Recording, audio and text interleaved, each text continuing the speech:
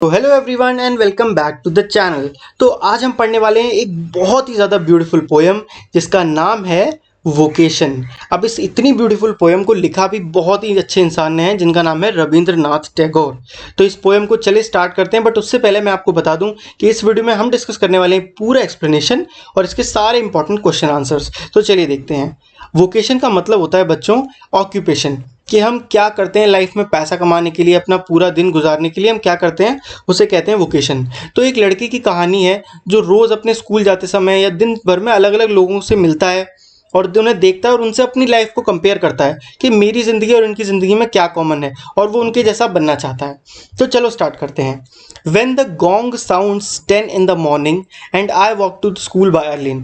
जब सुबह 10 बजते हैं, अब गोंग इसलिए यूज़ करा गया है क्योंकि यहाँ पे घंटा घर दिखाना चाह रहे हैं। घंटा घर में जब कोई भी टाइम होता है तो एक आवाज़ आती है, टन जो होता है ना, सुबह सुबह। और मैं अपने स्कूल जाता हूँ बाय आर लेन, लेन यानी कि गली, ठीक है, मैं अपनी सेम गली से जाता हूँ। Every day I meet the hawker crying bangles crystal bangle. और हर रोज़ मेरे को एक हॉकर दिखता है। हॉकर यानी कि फेरी वाला, बेचने वाले जो होते हैं ना, रोड पे घूमते रहते हैं। बैंगल्स क्रिस्टल बैंगल्स, बैंगल्स यानी कि चूड़ियाँ। तो वो चिल्लाता रहता है चूड़ियाँ ले लो, चूड़ियाँ, कांच की चूड़ियाँ। अब जो हमारा वो है ना ऑथर, वो उसको देखता है। There is nothing to hurry him on. अब बच्चा उसे देख के सोचता है यार इसको कहीं जाने की कोई जल्दी नहीं है। There is no road he must take, no place he must go to, no time when he must home. वो उसे देख के अपनी लाइफ से कंपेयर करता है, यार इसे कहीं जाने की जल्दी नहीं है, ऐसी कोई रोड नहीं है जो इसे रोज़ लेनी हो, ना कोई एक जगह जहाँ इसे रोज़ जाना हो, ना इसका वापस घर जाने का कोई अच्छा टाइम। कितनी अच्छी लाइफ है इसकी। एक मैं हूँ, मुझे रोज़ स्कूल जाना पड़ता है, वही सेम रास्ते से वही सेम टाइम वापस आ जाता हूँ, क्या मेरी लाइफ है। तो वो कहता है I wish I were hawker spending my day in the road crying bangles crystal bangle. तो यहाँ जो हमारा इनोसेंट बॉय है, मतलब जिसको अभी समझ नहीं है दुनिया की ज़्यादा, वो सोचता है कि यार काश मैं भी ना एक चूड़ी बेचने वाला होता, ताकि मैं भी दिन भर आराम से घूमता रहता, ना मुझे कोई स्कूल जाना पड़ता ना कहीं जाना पड़ता। ठीक है, अब next. When at 4 in the afternoon I come back from the home. तो जब मैं शाम को 4 बजे अपने घर आ जाता हूँ, ठीक है, स्कूल से, I can see through the gate of that house the gardener digging the ground. जब वो रास्ते में आता है तो वो किसी के गार्डन में देखता है कि गार्डनर जो है ना वो खोद रहा है, मिट्टी खोद रहा है। He does what he likes with his spade. अब वो इसे देख के भी सेम सोचता है, यार ये गार्डनर की क्या लाइफ है, इसको जो मन में आता है ये वो करता है अपने स्पेड यानी कि फावड़े से। ही सॉइल्स हिज क्लोथ, यार ये तो अपने कपड़े भी मिट्टी से गंदे कर सकता है, और इसको तो कोई डांटता भी नहीं है और कोई काम भी नहीं देता। इफ काम यानी कि होमवर्क, जैसे हमारे राइट और बच्चे को मिलता था। If he gets baked in the sun और गेट्स वेट, जब मतलब चाहे इसे ये गीला हो जाए या धूप में कितना भी खेले, इसे कोई मम्मी भी नहीं डांटती, इसके कोई कुछ नहीं करता। तो इसे देख के भी वो बेचारा इनोसेंट बॉय क्या कहता है, I wish I were a gardener digging away at the garden with nobody to stop me from digging. अब बच्चों का तो मन करता है ना कुछ चीज़ें खोदने का या दिन भर घूमने का, उनकी मम्मियाँ रोकती हैं। तो इसीलिए सोच के वो कहता है यार काश मैं भी एक गार्डनर होता तो मेरी लाइफ भी कितनी अच्छी होती, मैं दिन भर खेलता कूदता मिट्टी खोदता और कोई मुझे नहीं रोकता। Just as it gets dark, जैसे ही रात होती है शाम को, मेरी मदर मुझे बेड पे भेज देती है यानी कि सोने के लिए। आई can see through my open window the watchman walking up and down. But मैं जब अपनी खुली खिड़की से देखता हूँ तो मुझे वॉचमैन दिखता है जो कि कहाँ अप एंड डाउन घूम रहा है, यानी कि रोड पे इधर से उधर घूम रहा है। द लेन इज डार्क, पूरी रोड पूरी गली एकदम सुनसान है और अंधेरे में है, और जो स्ट्रीट लैंप है वो ऐसी लग रही है like a giant with one red I in its head. और स्ट्रीट लाइट उसको ऐसी लग रही है देखने में जैसे कितनी बड़ी और उनके एक लाल आँख हो। ठीक है। The watchman swings his lantern and walks with his shadow at his side. Lantern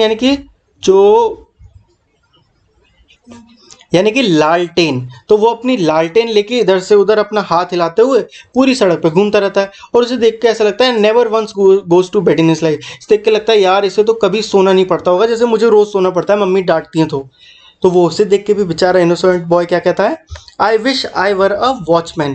काश मैं भी एक वॉचमैन होता तो मैं भी रात भर रोडों पे घूमता, मस्त अपनी जो शैडो है मेरी आ रही है उसका पीछा करता रहता।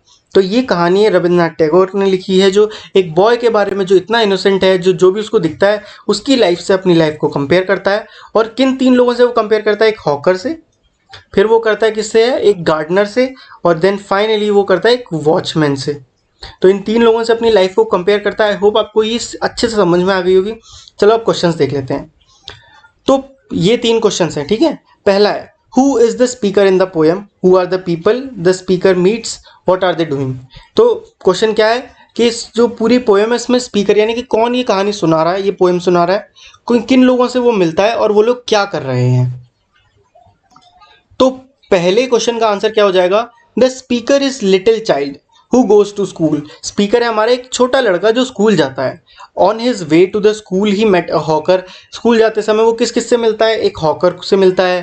फिर जो चिल्लाता है बैंगल्स क्रिस्टल बैंगल। जब वो स्कूल से वापस आता है ही वॉच्ड अ गार्डनर, वो एक गार्डनर को देखता है who was digging the ground. When it got dark his mother sent him to bed, through his window he saw watchman. वो रात में अपनी खिड़की से वॉचमैन को देखता है। स्क्रीनशॉट लेते रहना ताकि अपनी कॉपी में लिख सको। चलो अब देखते हैं नेक्स्ट क्वेश्चन।